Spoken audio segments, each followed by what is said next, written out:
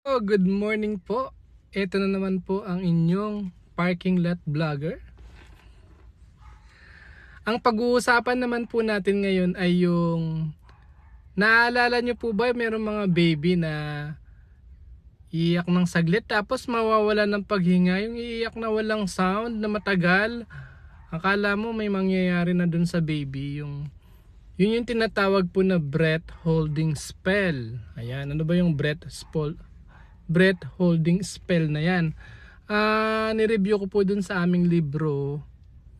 Actually, mahahanap siya dun sa chapter 634 sa page 3631. Yung sa conditions that mimic seizures. Tapos nandun yung breath holding spells. Yun po yun ha. Ang sabi dun po sa libro namin, yun daw breath holding spells, dapat hindi ganun ang tawag dun.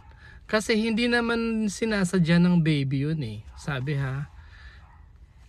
It is actually a misnomer daw kasi it's not necessarily self-induced but result from the immaturity of autonomic nervous system. Ayan. Breath holding spell begins with crying, tapos followed by a period of apnea. Yung hindi siya hihinga, mga more than 20 seconds, di ba? Magpapanik na yung lola o yung nanay o yung tatay. Tapos aalugin na, ganyan-ganyan.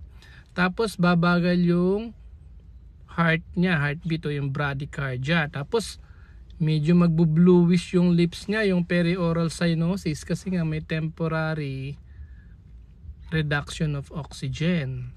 Tapos meron change of consciousness, parang kala mo magko-collapse, no?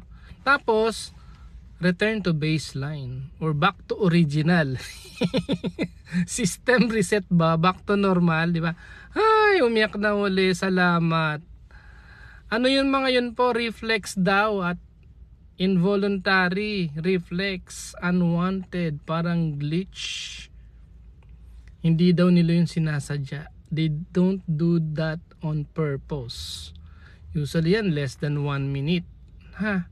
Pero para sa akin, no, parang nabwisit yung baby. kaya ganun yung iyak niya. Pero hindi yun sinabi sa libro, ha. Ayun po, usually ang mga breath holding spells begin at 6 to 18 months.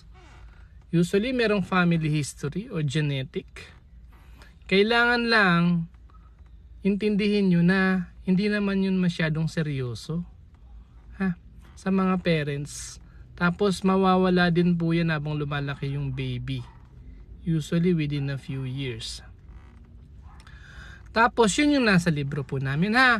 Kaso meron tayong mababasa sa Google or makikita sa YouTube or kung sa iba pang social media.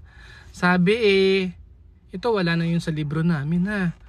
Gently blowing air on the face will terminate the spell. So sabi, pero wala sa libro, pero yun daw.